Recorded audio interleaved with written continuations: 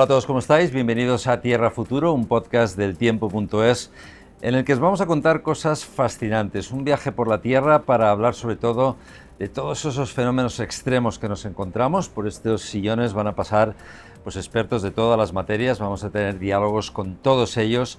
Vamos a hablar de cosas fascinantes y vamos a revelar la verdad de muchas cosas que hoy en día todavía no están del todo claras. Yo soy Mario Picazo, voy a ser vuestro compañero de viaje en este podcast y quiero que sepáis que estamos abiertos a todo tipo de temáticas y que aquí, por supuesto, os damos a desvelar muchos de los interrogantes que hay en este mundo de la ciencia. Y hoy, para empezar, tengo conmigo pues, a una persona muy especial. Él es Nahum Méndez. Nahum, ¿cómo estás? Muy bien, ¿qué tal? Conocido también, no sé si te podemos llamar así, como un geólogo en apuros. ¿Cómo te llaman habitualmente en este ámbito científico? Pues muchas veces un geólogo en apuros. Un geólogo en apuros, Sí. ¿no? Bueno, pues deciros también que Nahum es, pues yo creo que bien conocido en toda España en el tema de la geología porque es un divulgador y además es una persona que se ha dedicado sobre todo a desentrañar todos esos bulos y mitos sobre la ciencia de la geología. Sobre esos bulos y mitos yo os tengo que decir también, Nahum, que en mi caso, en el tema de la meteorología y el cambio climático, pues la verdad es que también nos cruzamos con un montón de cosas, sin ir más lejos, y que tú lo conocerás, el tema de los chemtrails, ¿no? De que nos están fumigando, de que hay sustancias químicas en la atmósfera, es uno de esos bulos. En tu caso, por ejemplo, como el tema de los bulos, ¿cuál sería uno de los que podrías resaltar? Bueno, pues tenemos muchísimos. Cómo se generan los terremotos. Durante la erupción de La Palma decían que habían rayos láser apuntando a la cumbre del volcán para desencadenar la erupción. Y bueno, tenemos muchísimos bulos, ¿no? Incluso, sin ir más lejos, la Tierra plana, ¿no? Que creo que es el bulo más repetido sobre geología o sobre nuestro planeta que podemos encontrar en Internet y que hoy en día parece que está incluso en alza. Ajá.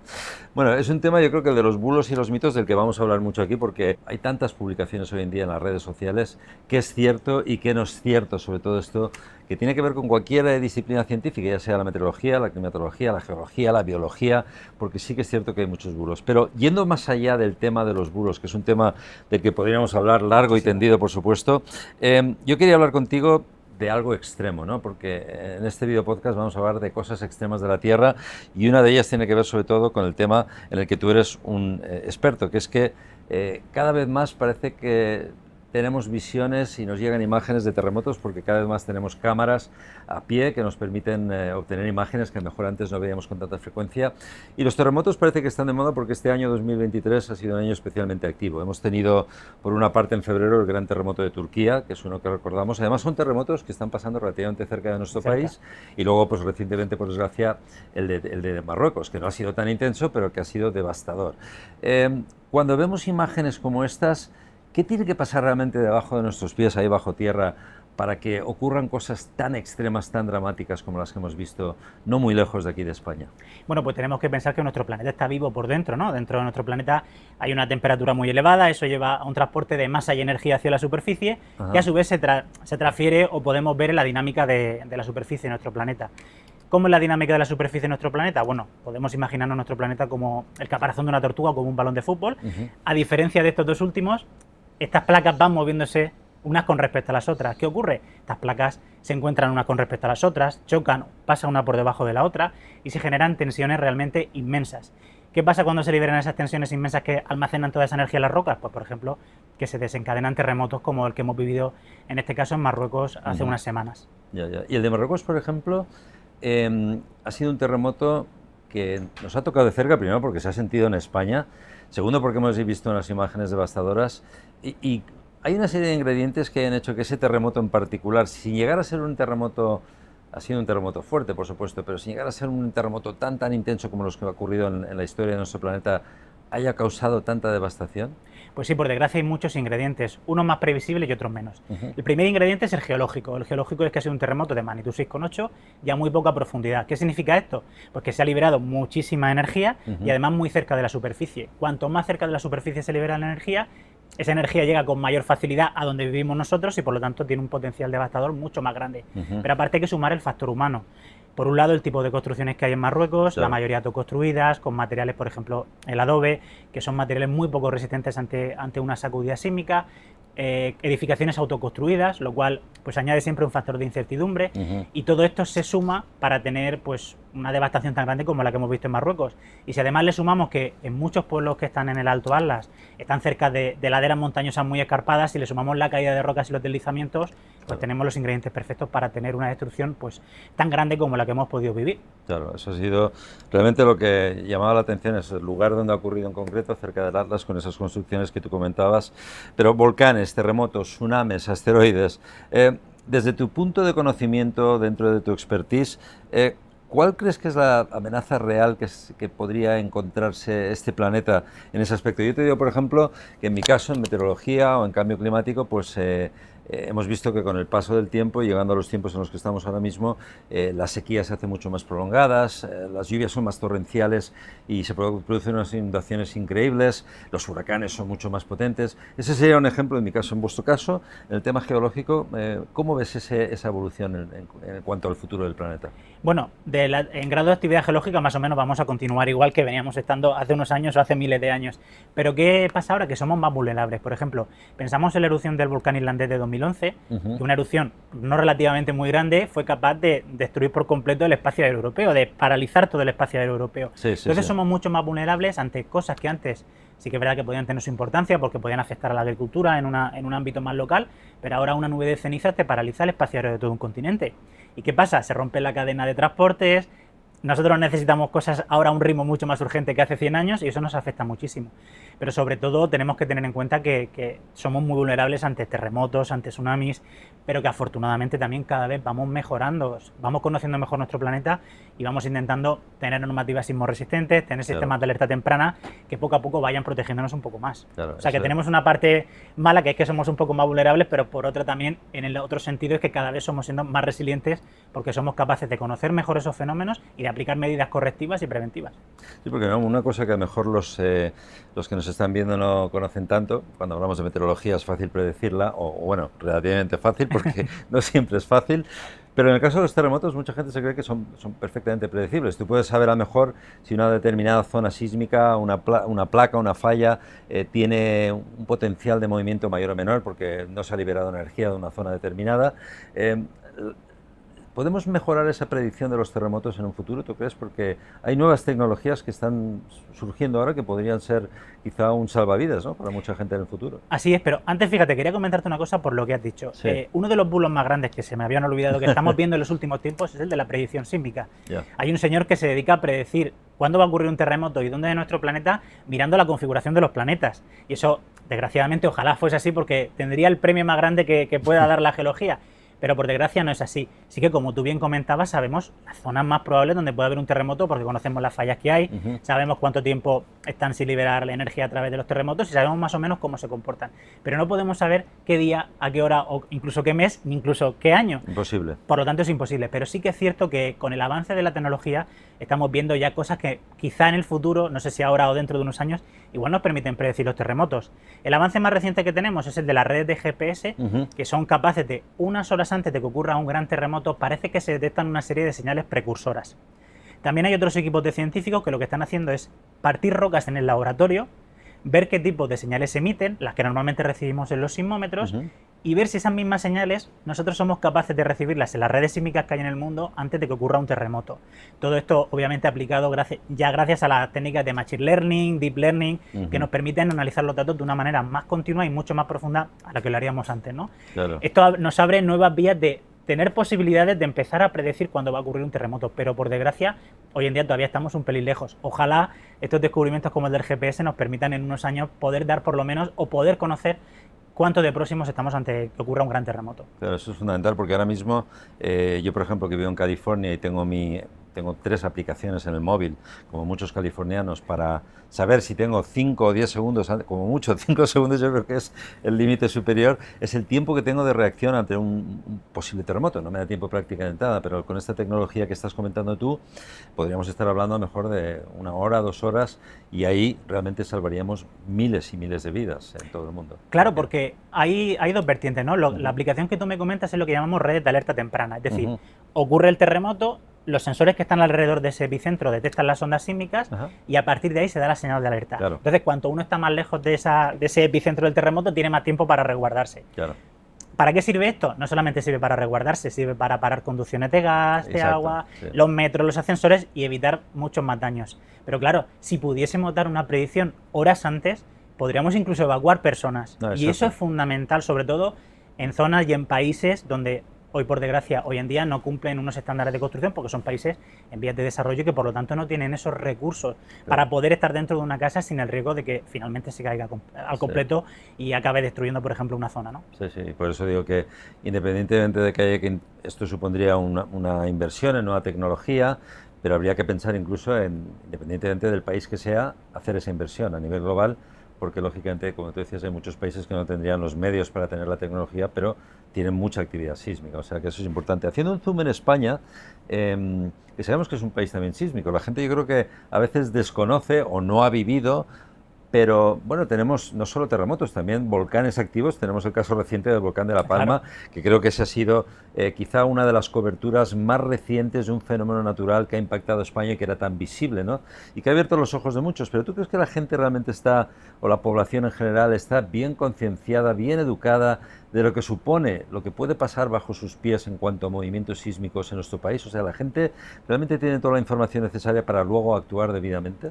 Pues desde mi punto de vista, y por desgracia no, porque parece que tenemos un poco de miedo a mencionar de que hay un riesgo, porque si lo menciona parece que va a ocurrir. No, el hecho de mencionarlo y de saber qué podemos hacer para protegernos, lo que va a hacer que en el futuro, si ocurre, tengamos más posibilidades de sobrevivir. Y entonces lo que tenemos que hacer es hablar sobre esos riesgos que puede haber en nuestra zona. En el sureste de España o en el norte de los Pirineos hay riesgo de terremoto o riesgo de inundaciones, es que vale para absolutamente todo. Tenemos que saber qué hacer antes, durante y después de que ocurra un desastre natural.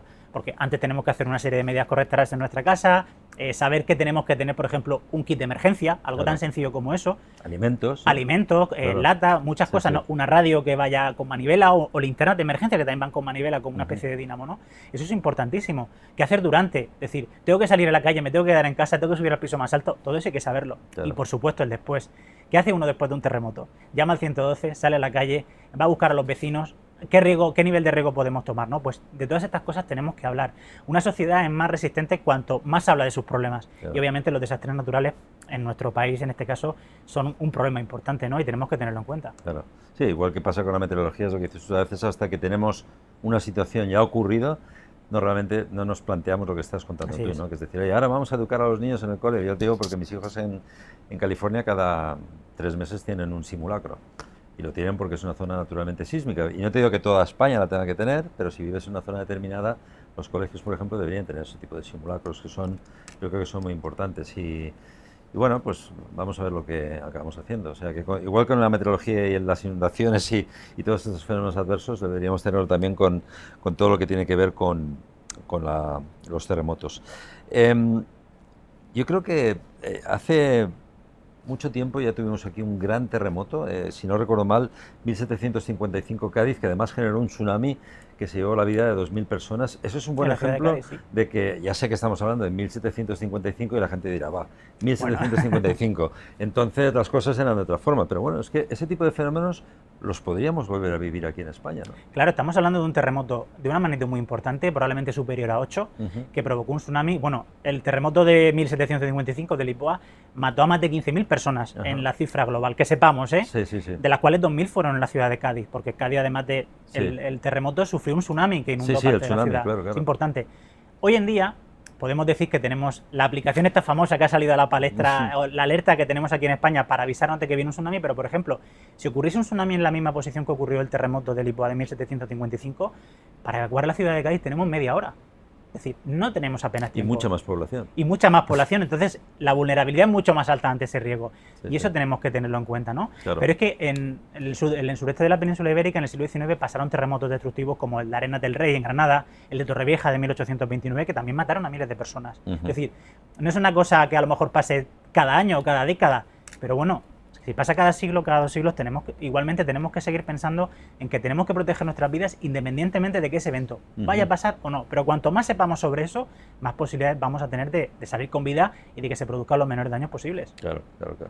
Sí, además, nuestra zona sísmica, pero hay otras zonas del planeta donde la sismicidad es el pan nuestro de cada día. Por ejemplo, una de las zonas de las que más se habla es el cinturón de fuego, ¿no? El cinturón de fuego que, bueno, pues llevamos años oyendo que que un megaterremoto, un gran terremoto, podría desencadenar muchos más y que podría convertirse aquello bueno, en un gran círculo de terremotos. Para que la audiencia se haga una idea, el cinturón de fuego, ahora vas a dar tú más detalles, por supuesto, es esa zona del Pacífico que afecta pues, a Japón, a Indonesia, a la zona de Chile, toda la zona de Sudamérica y donde estoy yo también, en Norteamérica, ¿no? Porque ahí hay, pues primero que creo que en el cinturón de fuego hay en torno a 452 volcanes, eso lo dice todo, y luego pues hay un movimiento constante de placas tectónicas de grandes dimensiones que entre ellas también pues generan y liberan energía. Entonces, la gran pregunta que se hace a la gente es si realmente tú crees que es cierto que podría haber ese megaterremoto del que tanto se habla en el cinturón de fuego. Pues que sepamos hoy en día la magnitud máxima de un terremoto que pueda ocurrir en nuestro planeta, de un terremoto en general, sumando incluso varios terremotos, no llega ni siquiera a 10. Hemos tenido terremotos de 9,5 e incluso de 9,6 en los años 60, por ejemplo. El gran terremoto de Chile, de Valdivia de 1960, fue un terremoto de magnitud 9,5. Eso está prácticamente en el límite teórico de lo que es posible en nuestro planeta. Y tenemos que estar preparados para que ese terremoto de 9,5 a lo mejor pueda ocurrir pues en otro punto, a lo mejor más arriba, más hacia abajo del cinturón de fuego, claro, en la zona sísmicamente más activada de nuestro planeta, ¿no? Y eso puede ocurrir. Y puede desencadenar un tsunami peor, dependiendo de cómo sea obviamente la falla que lo desencadene, si rompe más en superficie o menos. Tenemos que estar preparados obviamente para situaciones realmente peligrosas para toda esa cuenca circunpacífica, ¿no?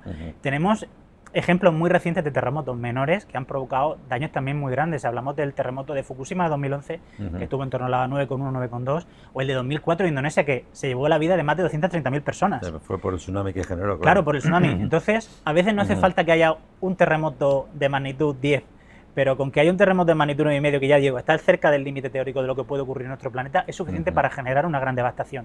Si queremos irnos a terremotos más grandes, tenemos que invocar otro tipo de mecanismos, por ejemplo, la colisión de un asteroide. Un asteroide sí que puede provocar, se calcula que más o menos, por ejemplo, el asteroide que acabó con la vida de los dinosaurios en el límite entre el Cretácico y el Paleógeno provocó un terremoto de magnitud 11. Un terremoto de magnitud 11 viene a ser algo equivalente a que prácticamente podía asolar toda la superficie del planeta si hubiese estado con edificios. Afortunadamente en nuestro planeta no son posibles los terremotos así, que sepamos. Y que hayan estructuras en nuestro planeta que nos indiquen que pudiera haber un terremoto de este tipo. Sí, porque cuando hablamos de magnitud, que estamos soltando aquí números, quizás estaría bien también contarle a la audiencia que hay es exponente, exponencial, ¿no? No es una cosa lineal que tú hablas de un 6 y la gente dice, pues entre un 6 y un 7 casi no. 6 y 7 hay una diferencia grande, ¿no? Hay muchísima diferencia. Para que se hagan una idea a quienes nos están oyendo, entre un terremoto de 6 y de 7 se libera 32 veces más energía. O sea que cada vez que subimos un número en la escala se multiplica por 32, pero si subimos, por ejemplo, de un terremoto de magnitud 3 a uno de magnitud 5, se libera casi 1000 veces más energía. Claro. Entonces, claro, es una subida de energía bestial. Lo que pasa es que se usa la escala logarítmica para no tener tantos números en la escala, pero realmente son liberaciones que no sabemos la forma humana de poder hacerlas. Solamente nuestro planeta tiene la energía suficiente como para hacerlo. Claro. Y una cosa, ya que estamos hablando de estos grandes fenómenos, si tú tuvieras que escoger un fenómeno, el fenómeno del tiempo reciente, ¿no? Porque podríamos hacer geológicamente marcha atrás y seguramente ha habido cosas muy grandes, ¿no? Pero el fenómeno natural dentro de tu campo que dijeras, este ha sido el más de todos, ¿cuál sería el tuyo? Yo tengo uno también, pero no sé si voy a coincidir contigo o no. Para mí el más reciente ha sido la erupción de Unga Tonga. Unga Tonga, eso es muy reciente. Es muy reciente. Claro, yo estaba pensando en cosas muy recientes y ¿por qué?